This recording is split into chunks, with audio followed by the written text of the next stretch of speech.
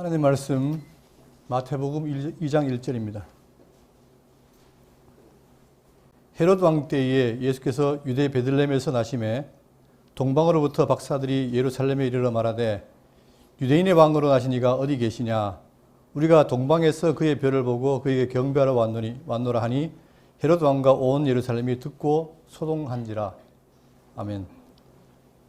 오늘 마태복음 2장에는 4개의 예언이 있습니다. 구약의 예언이 있고 그 예언을 지금 출생하신 예수님이 그 예언대로 출생했다라는 내용이 나오고 있습니다.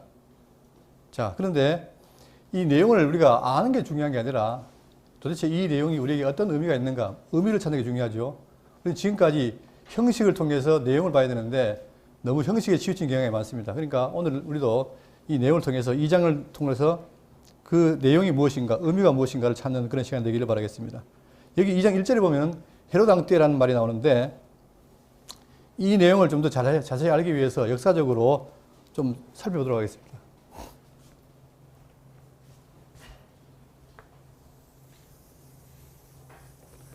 많이 공부하셨을 텐데, 자, 주전 1000년에 하나님께서 다윗에게 나라를 세워줬죠. 그리고 다윗 뒤에 솔로몬, 그 다음 솔로몬 이후에 나라가 분국합니다.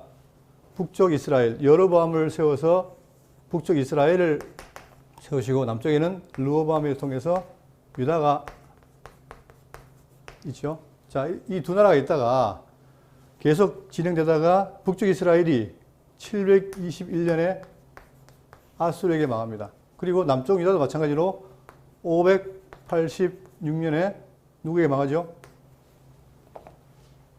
어디에 망합니까? 586년에 바벨론에게 망하죠, 바벨론. 자, 이때부터 이제 이스라엘 나라가, 유대 나라가 이제 이방에 속국이 되는데, 바벨론 이후에, 그 다음에 516년에, 성경에는 바사로 되어 있지만, 페르시아에 의해서 정권 차지됩니다. 그 다음에, 330년에 헬라, 그리스죠. 헬라가 지배를 하게 됩니다. 자, 330년 이후에 예수 오실 때까지 요거를 뭐라 합니까? 역사적으로. 요 내용을 중간기라 그러죠, 중간기. 그러니까 지금 우리가 헤롯을 이해하기 위해서 이 중간기를 공부를 해야 되는데, 자, 이 헬라 나라가 알렉산더가 갑자기 세계를 지배합니다. 그러다가 알렉산더 갑자기 죽게 돼요. 죽게 되면서 이 헬라가 몇 개로 나뉩니까? 4개의 나라로 구분되는데, 문제는 뭐냐면 이 4개 중에서 그러니까 셀류커스 왕조, 그 다음에 남쪽은 이집트의, 북쪽 시리아의 셀류커스 왕조고, 남쪽 애굽에는 뭐예요? 프톨레미 왕가가 세워집니다. 자, 결국 유대는 계속해서 이방의 지배를 받아오다가 마지막에 헬라 시대 때에 북쪽 셀류커스와 남쪽 프톨레미의 지배를 받게 되는데, 프톨레미에게는 한 3세기에 지배를 받게 되고 2세기에 셀루커스 왕조의 지배를 받게 됩니다. 그러다가 이 셀루커스 왕조에 안티오코스 4세라는 왕이 있습니다. 안티오코스 4세 에피파네스, 그 왕이 있는데 그 왕이 지금 이 유대를 핍박하면서 뭘 하냐면은 안식일과 할례 율법을 금지하고 율법서를 태우고 그 다음에 성전을 모독합니다. 또한 율법을 지킨 자들을 학살하죠. 이 내용을 반대하기 위해서 나타난 게 바로 마카비 혁명이죠. 마카비 혁명. 마카비 혁명이 일어나는데, 자, 그 시기가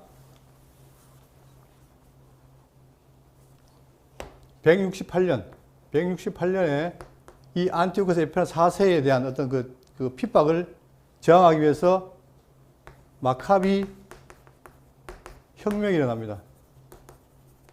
그래서 이들이 그 성전을 회복해서 그걸 기념해 지키는 게 뭐죠? 수전절을 지키게 되죠. 이러면서 168년부터 주호 시기 BC 63년까지 이 시기를 역사적으로 하스몬 왕가라 합니다. 자, 그런데 586년에 이스라엘이 망한 이후에 지금까지 계속해서 외세에 침략을 받았죠. 근데 그 중에 이제 하스몬 왕가가 세워지긴 했지만 이 하스몬 왕가는 유다 지파가 아닙니다. 이 하스몬은 뭐예요?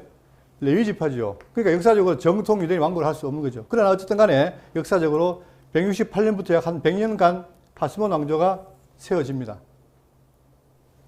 자, 그런데 이제 그러고 나서 63년에 로마가 드디어 세상을 제패하지요. 자, 그러니까 지금 요 바벨론, 페르시아, 헬라, 로마 이것을 다니엘에서 뭐라 합니까? 다니엘에서 이 바벨론을 사자, 그 다음에 페르시아를 고음, 그리고 헬라를 뭐라 합니까?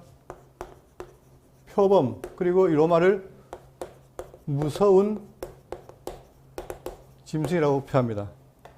그러니까 지금 로마가 드디어 이제 헬라를 물리치고 지배를 하게 되는데 63년에 예루살렘이 함락이 돼요.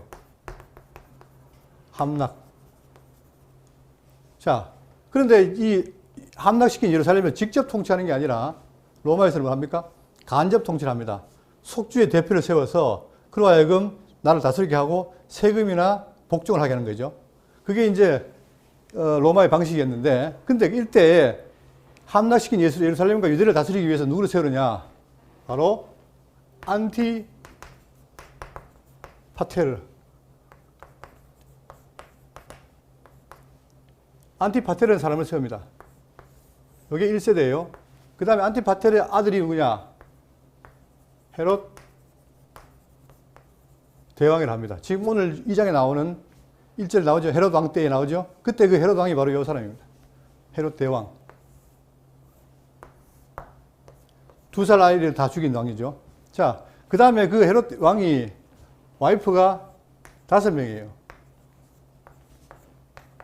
그런데 여기서 두 번째 아내가 누구냐면은 미리암네라는 사람이 있는데, 이 미리암네는 바로 이 하스몬 왕가의 피를 받은 딸이에요. 자, 여기서 누가 났냐면은 알렉산더라는 사람하고 이름이 제가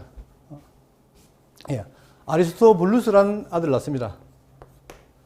그리고 네 번째 부인으로 하여금 누구 낳냐면은 아켈라오와 헤롯 안디바. 그리고 다섯 번째 부인으로는 빌립을 낳습니다. 빌립. 자, 그리고 여기서 지금 이 아리스토블루스를 통해서 낳는 게 누구냐면은 바로 헤롯 아그리파 1세, 그리고 헤로디아 딸, 그리고 그 밑에 아그리파 2세.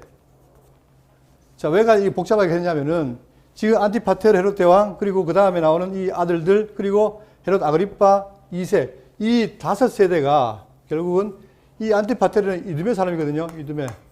즉 에돔 사람인데 로마 황제의 힘을 얻어가지고 유다를 다스리게 됩니다.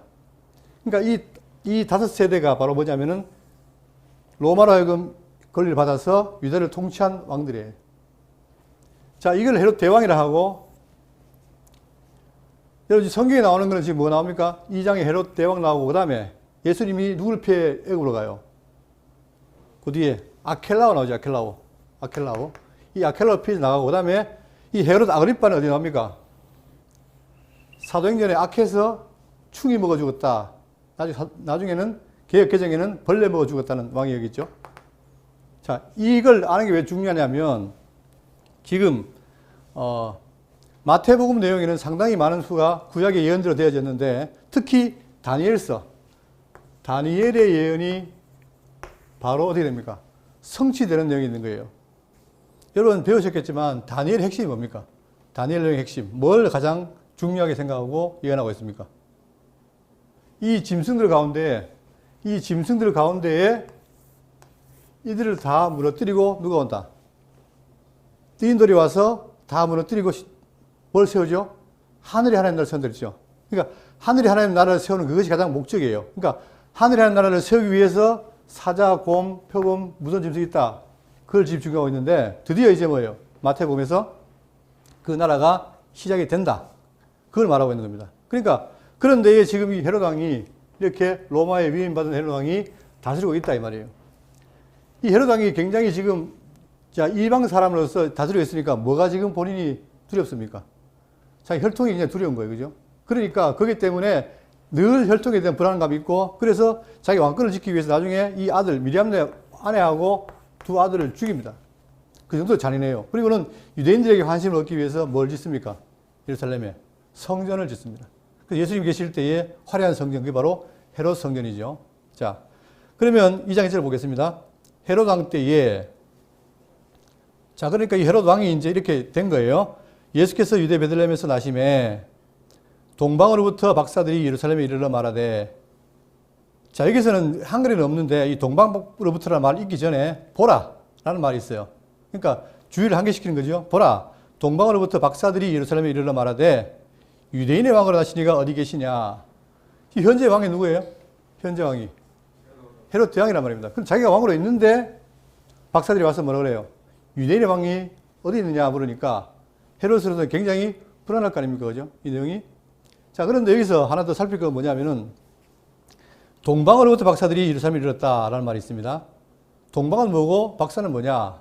여러분 잘 생각해 보시면 이 동방이 동쪽의 나라인데 주로 바벨론, 그 다음에 페르시아, 아니면 아라비아 이렇게 학자들을 말하고 있는데 성경에 근거가 있습니다. 다니엘이 느부갓네살 왕의 꿈을 해몽을 했죠. 근데 아무도 못했어요, 그때. 그 주변에 있는 그 바벨론 나라에 있는 점성가들이나 박사들이 못했습니다. 그런데 다니엘은 그걸 다 풀었던 거예요. 풀으니까 느부갓네살 왕이 고마워서 바벨론에 있는 모든 점성술사 또는 박사들의 뭐가 되게 하는 거예요, 다니엘을. 그들의 어른이 되게 해요. 그러니까 이방 나라에 있던 그 다니엘이 그 나라에 가서 뭐가 됩니까? 그 모든 박사들의 우두머리가 되는 거죠. 그러면서 다니엘은 이 바벨론을 거쳐서 페르시아 때까지 존재했습니다. 그러면서 이 다니엘은 다니엘을 기록했는데 그러다 보니까 다니엘 머릿속에는 뭐가 있어요? 하나님의 말씀이 있는 거죠. 그래서 그들에게 아마 전했을 것이다. 그러니까 이 동방이라는 나라, 바벨론이라는 나라에 있는 박사들도 그걸 알고 있어서 그때부터 뭐예요? 아, 유대 나라에 왕이 온다는 것을 생각하고 그들을 맞을 준비를 했던 거죠. 그래서 그대로 지금 동방으로부터 박사들이 예루살렘에 이르러 말하되 유대인의 왕으로 나시니가 어디 계시냐? 우리가 동방에서 그의 별을 보고 그에게 경배하러 왔노라 하니 헤롯 왕과 온 예루살렘이 듣고 소동한지라. 당연히 소동하겠죠. 야, 그래서 4절 왕이 모든 대제사장과 백성의 서기관들을 모아 그리스도가 어디서 나겠느냐 물으니 이르되 유대 베들레헴이 오니 이는 선지자로 이렇게 기록된 바 또 유대 땅 베들레헴아 너는 유대 고을 중에서 가장 작지 아니하도다. 내게서 한 다스리는 자가 나와서 내 백성 이스라엘의 목자가 되리라 하였음이니이다. 자, 지금 왕이 온다고 했는데 어디서 오느냐고 물으니까 대제사장과 방백들이 뭐라 합니까? 서기관들이 말하기를 바로 미가서 5장 2절을 말합니다. 그러면서 지금 베들레헴입니다라고 말을 했어요. 자, 그런데 여기서 이 인용구에는 빠뜨린 게 하나 있습니다. 자, 미가서 5장 2절을 찾아보겠습니다. 미가서 5장 2절.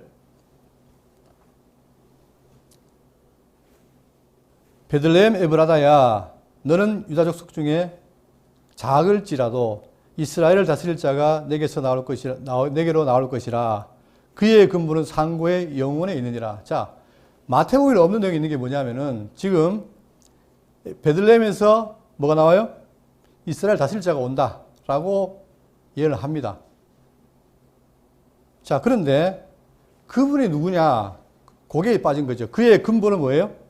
상고의 영원에 있느니라. 이 말은 뭐를 의미합니까? 그분의 존재가 뭐라는 거예요? 이미 벌써 영원적 존재했다. 그러니까 쉬운 말로 하면 그가 하나님이라는 거예요. 하나님이 오신다는 거예요. 사람으로.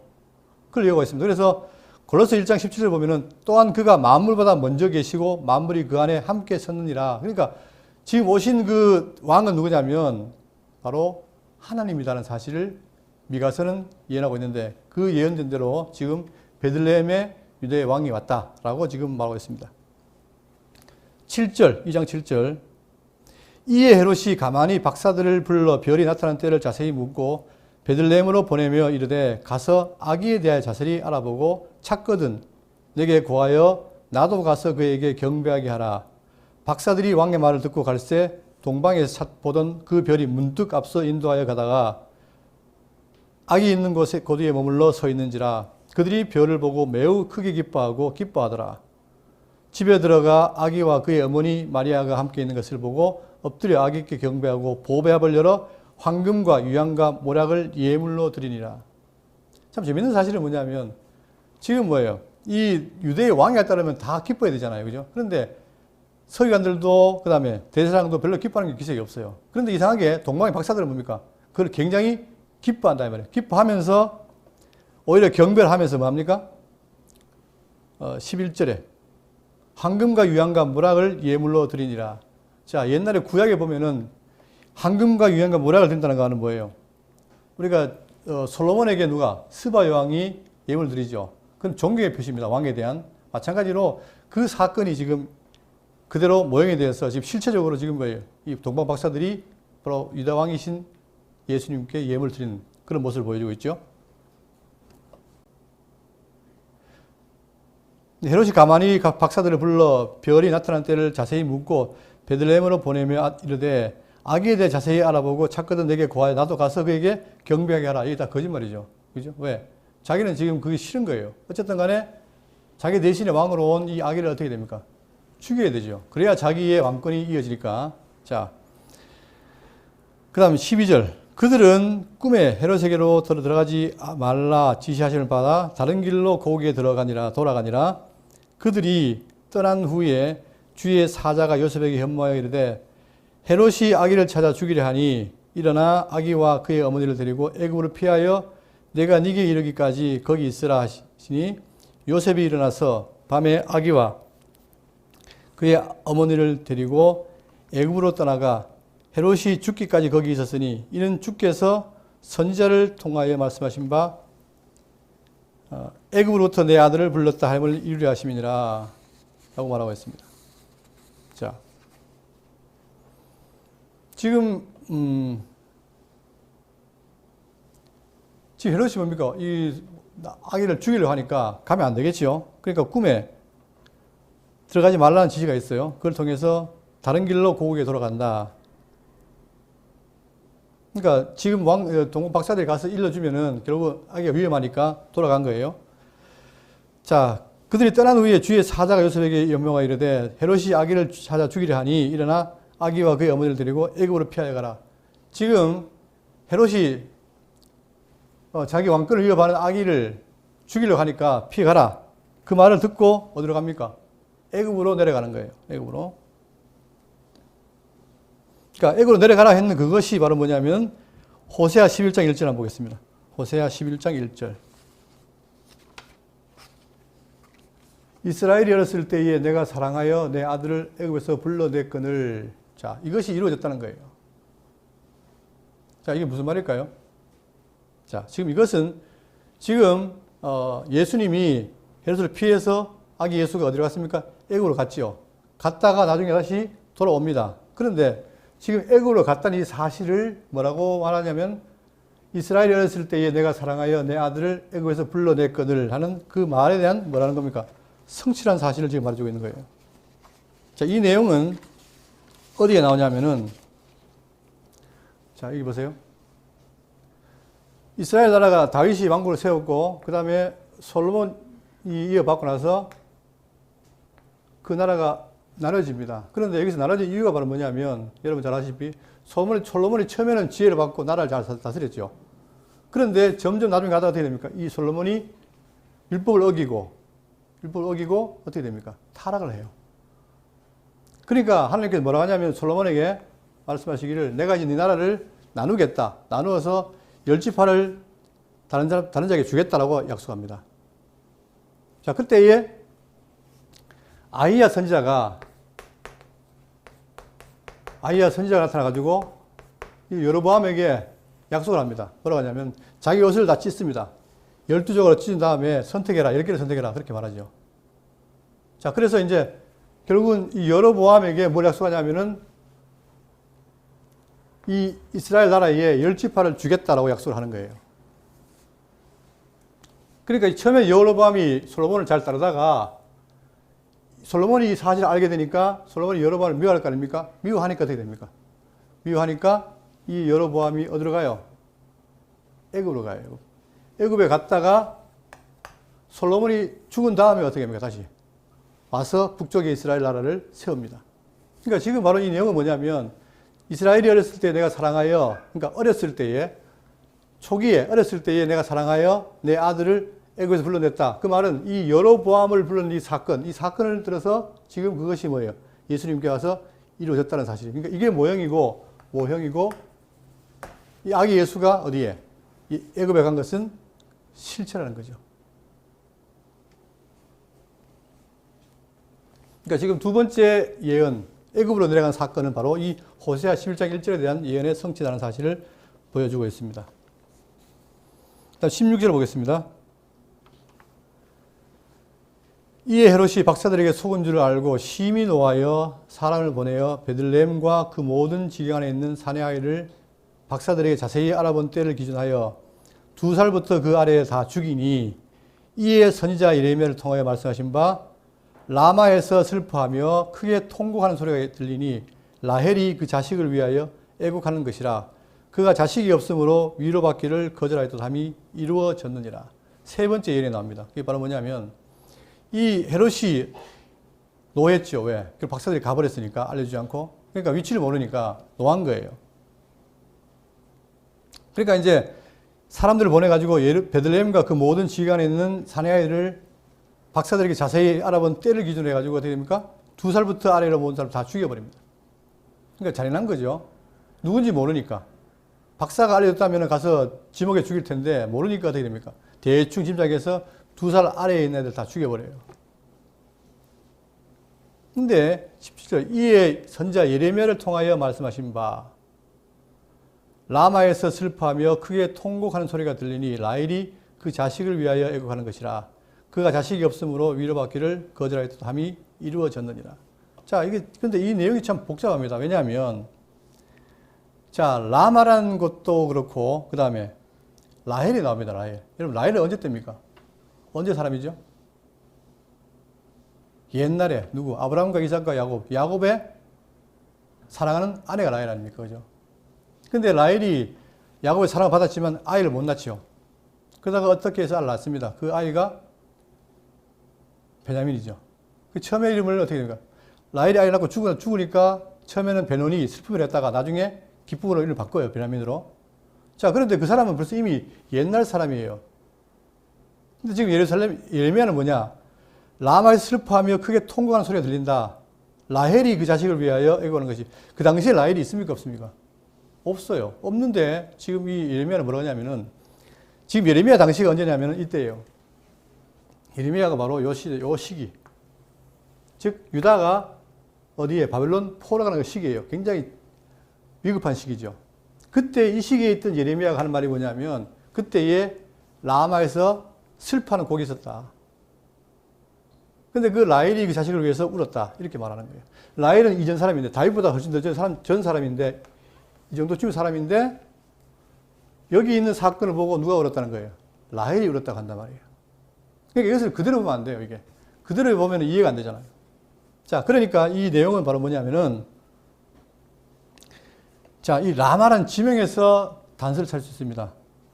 라마는 전통적으로 라헬의 무덤. 그러니까 라헬이 이때 죽었는데 그 죽은 라헬이 묻힌 곳이 바로 뭐다? 그게 라마예요. 라마. 그 라마인데 자, 그리고 또 이 라마라는 지명이 라헬이 묻힌 것이기도 하지만 이때 포로 갈 때에 포로 가게 된 그 사람들이 모였던 곳도 라마인 거예요. 그러니까 이 라마에 모였다가 어떻게 됩니까? 바벨론으로 포로가 가니까 굉장히 슬픈 것이죠. 자, 그러니까 여기서 이스라엘 백성들이 바벨론 포로로 가면서 잡혀가니까 그걸 슬퍼해서 누가? 라헬이라는 사람을 인용해서 묘사하는 거예요. 라헬이 이스라엘이 떠나가니까 자식이 없으니까 어떻게 했다? 슬펐다. 이거를 지금 말하는 거예요. 그러니까 이것은 여기는 상당히 문학적인 기법이 포함되어 있는 겁니다. 그러니까 지금 이렇게 이스라엘 나라가 바벨론 포로 갈 때 이 비참한 상황을 바로 이 라헬이 노래를 불렀다고 하면서 문학적으로 쓰면서 이것이 곧 바로 뭐다? 지금 예루살렘에 있는 그리고 베들레헴에 있는 2살 아래 아이들이 죽은 것을 보고 우는 어머니들의 통곡과 같이 믹스해서 문학적으로 설명해서 이것이 이루어졌다라고 지금 성경은 말하고 있는 겁니다.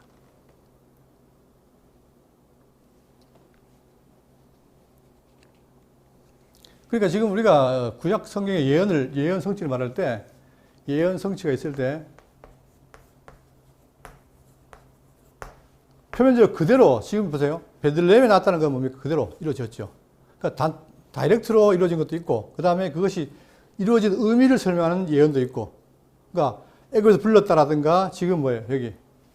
라마에서 통과한다는 것, 이것은 약간 의미적으로 지금 구약의 예언이 이루어졌다고 설명하고 있죠. 그 다음에 오늘 네 번째 마지막 19절 봅니다. 헤롯이 죽은 후에 주의 사자가 애굽에서 요셉에게 현몽하여 이르되 일어나 아기와 그의 어머니를 데리고 이스라엘 땅으로 가라. 아기의 목숨을 찾던 자들이 죽었느니라 하시니 요셉이 일어나 아기와 그의 어머니를 데리고 이스라엘 땅으로 들어가니라. 그러나 아켈라오가 그의 아버지 헤롯을 이어 유대의 임금됨을 듣고 거기로 가기를 무서워하더니. 자, 여기에 누가 등장합니까? 여기에. 이 헤롯 대왕이 BC, 그러니까 37년부터 4년까지 살다가 죽었어요. 죽고 나니까 누구한테? 이때는 대왕이었는데 아들이 있으니까 이 아켈라오와 안디바와 빌립에게 그 영토를 나눕니다. 나눠서 다스리게 하는데 그것을 뭐라 하죠? 분봉왕이라고 그래요. 분봉. 그러니까 분봉왕인데 이때 유대인은 누가 있었냐? 아켈라오가 있었던 거예요. 이 아켈라오. 그러니까 아켈라오도 여전히 자기 아버지와 마찬가지로 난폭했어요. 어쨌든 간에 아버지가 있던 대왕 자리를 차지하려고 난폭했단 말입니다. 그래서 아켈라오가 결국은 죽게 되는데 그 죽은 이후에는 여기에 뭘 세워요? 로마에서 총독을 세우죠. 빌라도 총독 할 때 총독을 세워서 다스리게 됩니다. 어쨌든 간에 이 아켈라오가 있는데 이 아켈라오 때도 너무 두려우니까 어떻게 됩니까? 그게 아켈라오가 그의 아버지 헤롯을 이어 유대의 임금됨을 보고 듣고 거기로 가기를 무서워하더니 꿈에 지시하심을 받아 갈릴리 지방으로 떠나가. 그러니까 예루살렘에서 갈릴리는 멀지요. 그러니까 갈릴리가 호수가 있고 그 다음에 요단강이 있고 밑에 사해가 있으니까 예루살렘은 그 근처인데 그 위에까지 갔다 이 말입니다. 나사렛이라는 동네에 가서 사니 이는 선지자로 하신 말씀에 나사렛 사람이라 칭하리라 하심을 이루려 함이러라. 여러분 구약에 이 예언이 있습니까? 구약에 나사렛이라는 말이 있어요? 없어요. 이런 게 어려운 거예요. 자, 언약 예언대로 성취가 됐는데 나사렛 사람이라.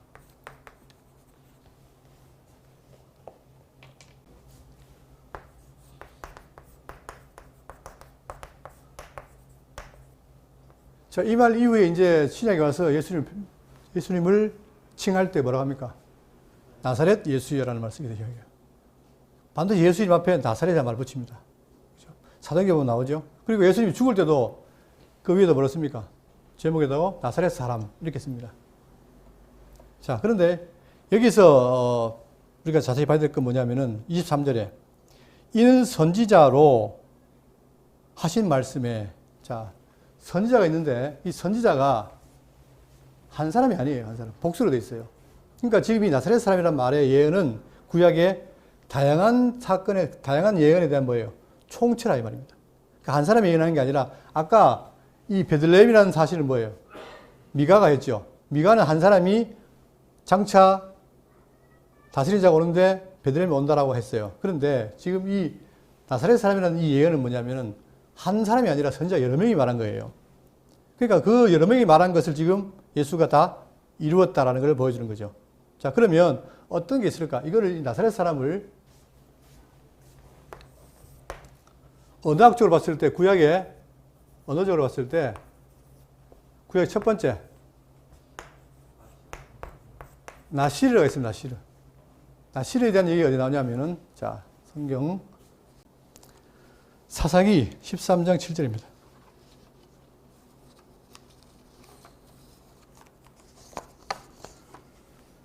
자, 그가 내게 이르기를 보라, 네가 임신하여 아들을 낳으리니 이제 포도주와 독주를 마시지 말며 어떤 부정한 것도 먹지 말라. 이 아이는 태에서부터 그가 죽는 날까지 하나님께 바쳐진 나실인이 됨이라 하더이다 하니라. 여기에 뭐가 나옵니까? 하나님께 바쳐진 자에 대한 나실이 나오죠. 그러니까 학자들은 이것을 첫째 언어적으로 나시르, 즉 나실인에 대한 성취다라고 보고 있습니다. 두 번째, 이사야 11장 1절입니다. 이사야 11장 1절. 많이 배웠죠? 그게 뭐가 나옵니까? 이새의 줄기에서 한 싹이 나며 그 뿌리에서 한 가지가 나서 결실할 것이요. 이게 무에된 예언이에요. 이새가 다윗의 아버지죠. 그러니까 이새의 줄기에서 한 싹이 나며 그 뿌리에서 한 가지가 나서 결실할 것이다. 그러니까 이 가지가 누구냐? 그 가지가 누구예요? 장차 오실 메시아란 말입니다. 근데 그가 와서 나서 그냥 가만히 있는 게 아니라 뭐 한다? 결실한다. 결실한 모습이 바로 뭡니까? 결실한 모습이 바로 11장에 나오는 거 있죠. 어린아이가 누구와? 사자와 뛰놀고 함께 노는 그런 모습. 그게 나중에 천상으로 이루어지죠. 자, 어쨌든 간에 가지가 나온다 그랬는데 그 가지가 바로 뭐냐면 두 번째. 나체르라는 단어가 있습니다. 이 가지. 자, 이것에 대한 성취를 보는 사람도 있습니다. 그 다음, 자, 이렇게 했는데, 우리가 신약에 보면은, 신약 보면은 뭐가 나옵니까? 신약에 보면은, 자, 나다나엘이 뭐라고 하냐면은, 빌립에게 말하기를, 나사렛에서 무슨 선한 것이 날 수 있느냐. 그러니까, 우리가 알고 있는 나사렛은 뭐냐면은, 유명한 곳이 아니에요. 아주 오지란 말입니다. 그러니까, 사람들이 나사렛 그러면 아주 촌놈, 무식한 놈, 모르는 놈, 이런 식으로 아주 천하게 봤던 곳이란 말입니다. 그런데, 그걸 통해서 빌립이 지금 말하기를 뭐냐면 어떻게 나사렛에서 선한 것이 날 수 있느냐라고 아주 천하게 본 것이죠. 그런데 이 천하게 된 것을 누가 예언했냐면은 이사야 53장 보겠습니다. 2절. 그는 주 앞에서 자라나기를 연한 순 같고 마른 땅에서 나온 뿌리 같아서 고운 모양도 없고 풍채도 없은즉 우리가 보기에 흠모할 만한 아름다운 것이 없도다. 그는 멸시를 받아 사람들에게 버림을 받았으며 간구를 많이 겪었으며 질고를 아는 자라 마치 사람들이 그에게서 얼굴을 가리는 것 같이 멸시를 당하였고 우리도 그를 귀히 여기지 아니하였도다. 그는 실로 우리의 질고를 지고 우리의 슬픔을 당하였거늘 우리는 생각하기를 그는 징벌을 받아 하나님께 맞으며 고난을 당한다 하였노라. 그가 찔림은 우리의 허물 때문이요 그가 상함은 우리의 죄악 때문이라. 그가 징계를 받음으로 우리는 평화를 누리고 그가 채찍에 맞음으로 우리는 나음을 입었도다. 우리는 다 양 같아서 그렇게 행하여 각기 제 길로 갔거늘 여호와께서는 우리 모두의 죄악을 그에게 담당시키셨도다. 그가 곤욕을 당하여 괴로울 때에도 그의 입을 열지 아니하였으며 마치 도수장으로 끌려가는 어린 양과 털 깎는 자 앞에서 잠잠한 양같이 그의 입을 열지 아니하였도다. 장차 오실 메시아는 어떤 분이란 말이에요? 메시아는 여기 본 것처럼 흠모할 만한 것이 없어요. 풍채도 없고 모양도 못생겼고 아주 천하게 왔다 이 말입니다. 그리고 멸시를 당하고 멸시를 당해도 어떻게 돼요? 반항하지 않고 질고를 지고 멸시를 당하고 그러나 그가 누구를 위해서? 우리를 위해 죄를 사하기 위해서 잠잠히 십자가를 지고 가신 분이다 라고 하는 것을 지금 이사야가 예언하고 있습니다. 그러니까 종합적으로 지금 나사렛 사람이라는 이 말은 나실이 하나님께 드려진 자, 그리고 다윗의 혈통이라는 가지, 그리고 세 번째 멸시, 천대를 당하는 자. 여러분 이거하고 이 내용하고 아까 제일 첫 번째 예언 베들레헴에서 나시죠. 근데 그의 근본이 뭐라 했습니까? 예? 영혼이라고 했어요. 영혼. 자, 하나님께서 오셨는데 메시아로 오셨는데 그분이 어떻다? 화려하게 온 것이 아니고 오히려 유대인들은 뭡니까? 뭘 기다렸어요? 어떤 메시아? 정치적으로 화려하고 자기들을 지금 로마 앞에서 이길 수 있는 그런 장군 메시아를 기다렸는데 실제로 오신 예수님은 뭐예요? 그렇지 않았다는 거예요. 우리는 감이 없지만 이 사람들은 유대인들은 뭡니까? 이 나사렛 사람이라는 말 자체가 뭐예요? 굉장히 경멸조에 들리고 조롱조에 들린단 말입니다. 그러니까 하나님이 이 땅에 오셨는데 뭘로 왔다? 나사렛 사람으로 왔다. 이거예요. 이것이 지금 마태복음 기자가 네 번째 구약 예언대로 오셨다 이 말입니다. 자, 그러면 오늘 우리가 이제 급하게 달려왔습니다. 네 가지 예언이 이루어졌다라고 봤는데 그러면 오늘 이것이 우리에게 어떤 의미가 있는가? 한 구절을 찾으면서 정리를 하겠습니다. 빌립보 2장 5절입니다. 지난주에도 했는데 빌립보 2장 5절입니다. 너희 안에 이 마음을 품으라. 곧 그리스도 예수의 마음이니 그는 근본 하나님의 본체시나 하나님과 동등됨을 취할 것을 여기지 아니하시고 오히려 자기를 비워 종의 형체를 가지사 사람들 같이 되셨고 사람의 모양으로 나타나사 자기를 낮추시고 죽기까지 복종하셨으니 곧 십자가에 죽으심이라. 이 한 구절 속에, 이 내용 속에 바로 지금 마태복음이 말하고 있는 것이 다 들어있어요. 그러니까 원래 하나님이었던 분이 베들레헴에 출생했고 그분이 애굽에서 다시 나왔고 불려받았고 그를 위해서 라마에서 통과하는 일이 있었고 그 다음에 나사렛 사람을 칭하는데 그 예수님이 바로 누구란 거예요? 하나님이었다는 거예요. 하나님. 근본 하나님이었다는 겁니다. 자, 우리가 지금까지 마태복음에 이 예를 이루셨어. 아는 게 중요하죠. 그걸 알아서 어떻게 돼요? 내게 어떤 의미가 있는가? 그게 중요한 거 아닙니까? 바로 그것이 우리가 지금 봐야만이 정말 성도로서 아까 찬송처럼 뭐예요?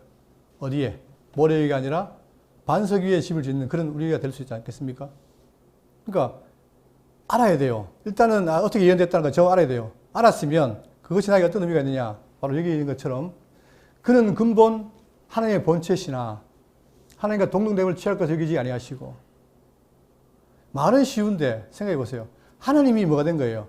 인간이 된 거예요. 내가 저 미물에 있는 벌레가 된 거예요. 얼마나 수치스럽습니까? 그죠?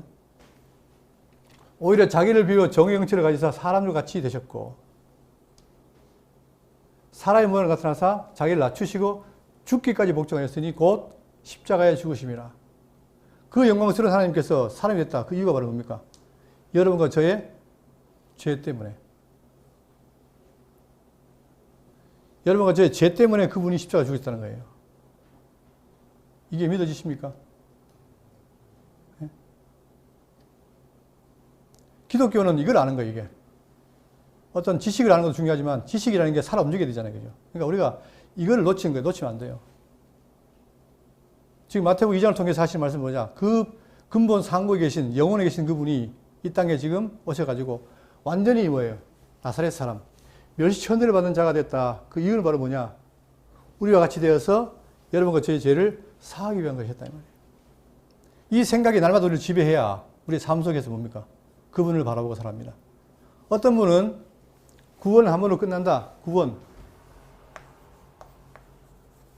한 번으로 확정된다. 제가 지난 수요일에 말씀드렸지만 확정되는 게 아니에요. 여러분 오해하시면 안 돼요. 하나님의 계획 속에는 뭡니까? 우리 구원이 확정되어 있어요.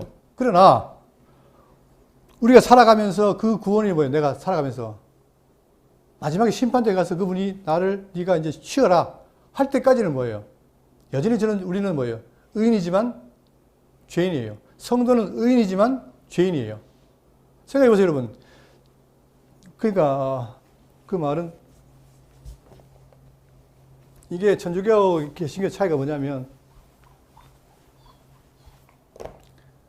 천주교는 의화예요, 의화. 개신교는 칭의예요. 이 차이가 뭡니까? 이 사람들은 예수 십자가 우리를 의롭게 해버렸어요. 그러니까 내가 뭐가 된 거예요? 의인이 되어버렸어요. 그러니까 의인이 됐으니까 날마다 말하는 거예요. 선행을 베풀라는 거예요. 그러나 우리는 뭐예요? 칭이란 말은 뭡니까? 의롭다 칭한다는 거예요. 칭한다는 말은 뭐 실제로 뭐라는 겁니까? 여전히 죄의 몸을 갖고 있다는 거예요. 그러니까 여러분 우리가 생각해 보세요. 주일 나와가지고 교회 와가지고 열심히 기도하고 정말 잘 살겠습니다라고 하잖아요. 근데 나가면 어떻게 됩니까? 온갖 보이는 게 다 나에게 욕심을 불러일으키죠. 근데 욕심만 불러일으키는 게 아니라 그 욕심들도 살잖아요. 그러니까 이게 이 갈등이 심한 거예요. 나는 분명히 의롭다 칭을 받았는데 현실은 완전 죄인된 삶을 살고 이게 뭐냐? 그러니까 어떻게 됩니까? 그런데 그걸 내버려 두는 게 아니라 칭의된 성도들에게 누가 함께해요? 성령이 함께 하잖아요. 성령이. 함께 하셔가지고 우리에게 뭐예요? 말씀을 통해서 깨닫게 했잖아요. 자라게 하고. 그러니까 날마다 이 성령을 통해서 말씀을 통해서 어떻게 해요? 내가 칭의를 받았다는 사실을 확인하고 정말 내가 하나님의 백성으로 구원받는다는 사실은 뭐예요? 확정이 아니라 다시 말씀드립니다. 확정은 하나님의 계획의 확정이에요. 우리는 확정된 것을 살면서 뭐 해야 돼요? 배워 확신을 가는 거예요. 여러분 그런 경험 없습니까? 정말 말씀을 듣고 기뻤어요. 기뻤는데 금방 지나가지고 어떻게 돼요? 완전히 다운이 돼요. 야, 내가 정말 구원받았나? 이런 의문 안 가지십니까? 저는 많이 가졌어요. 왜 그러냐? 바로 그런 거예요. 우리 속에 두 마음이 싸우잖아요. 내가 선에 속한 마음이 할 때는 기쁜데 막 그 악에 속한 마음이 들었을 때 뭐예요? 괴롭단 말이에요. 이 두 개가 계속해서 싸우잖아요. 그러니까 이제 그럴 때 성령의 도움을 바라고 우리가 점점 성화되어 나가는 거예요. 그게 성도의 삶입니다. 그러니까 성도의 삶은 성화되어 나가는 것이지 그 성화도 내가 하는 게 아니라 성령께서 해가시잖아요. 그죠? 그런 가운데 있는 우리이기 때문에 우리는 뭐예요? 확신에 찬 삶을 사는 거예요. 확신. 그러니까 날마다 배워야 돼요. 그러니까 날마다 누가 없으면 안 돼요? 예수님을 버리면 안 돼요. 그러니까 지금 기독교는 뭐가 없어요? 누가 할 때 붕어빵에 붕어 없듯이 기독교에 뭐가 없어요? 예수님이 없는 거예요. 네? 그러니까 교회에서 뭘 증거하느냐? 교회에서 요즘 점점 뭐가 없어집니까? 죄를 얘기를 안 해요. 죄가 뭔지 얘기 안 합니다. 오히려 힘들게 온 성도들 주일 오면 행복해라. 자꾸 행복 얘기만 해요. 근데 여러분, 죄를 깨닫지 못하면 행복이 옵니까? 안 옵니까? 안 오죠. 기독교는 죄를 통해서 뭐예요? 주어진 은혜를 깨닫는 게 기독교 아닙니까? 그죠? 근데 점점 기독교에 죄가 빠지니까 또 누가 빠져요? 예수가 빠지는 거예요. 제가 첫날 그랬죠. 예수는 누구다? 하나님이다. 예? 하나님이신 예수가 인간이 돼가지고 우리 와서 우리에게 뭐예요? 우리 죄를 사하러오신 게 바로 기독교입니다. 여러분, 날마다 삶 속에서 이 예수님의 은혜, 죄 사함 속죄의 은혜, 이거 놓치면 아무것도 아니에요. 그러니까 이거를 붙든 사람은 어떻게 됩니까? 날마다 삶이 겸손하고 진중하고, 그런데 이걸 놓쳐버리면 어떻게 됩니까? 나는 구원 받았어 하는 사람들은 교만하고 거기 뻣뻣하고, 심지어는 나는 아무리 노력해도 구원을 안 받을 수 없어라는 그런 망발이 나고. 그러니까 우리 기독교인들은 정말 하나님 앞에서 겸손하게 그분의 뜻이 이룰 그날까지 광야 생활하는 것, 그게 바로 우리의 삶의 모습입니다. 여러분, 늘 잊지 마시고 오늘 다시 한번 읽겠습니다. 너희 안에 이 마음을 품으라. 이게 바울의 명령이에요. 이 마음을 품으라는 겁니다. 여러분, 이 마음이 있습니까? 예? 이 마음을 품으라. 그러면 이 마음을 품으면 어떻게 돼요? 하나님이 인간이 되시는 그런 겸손한 마음, 그게 있다면 우리가 얼마나 교회 생활도 기쁘겠습니까? 이 마음을 품으라. 곧 그리스도 예수의 마음이니 그는 근본 하나님의 본체시나 하나님과 동등됨을 취할 것을 여기지 아니하시고 오히려 자기를 비워 종의 형체를 가지사 사람들과 같이 되셨고 사람의 모양으로 나타나사 자기를 낮추시고 죽기까지 복종을 했으니 곧 십자가에 죽으심이라. 이 말씀을 날마다 묵상하시면서 정말 은혜를 깨닫는 여러분 되시길 바라겠습니다.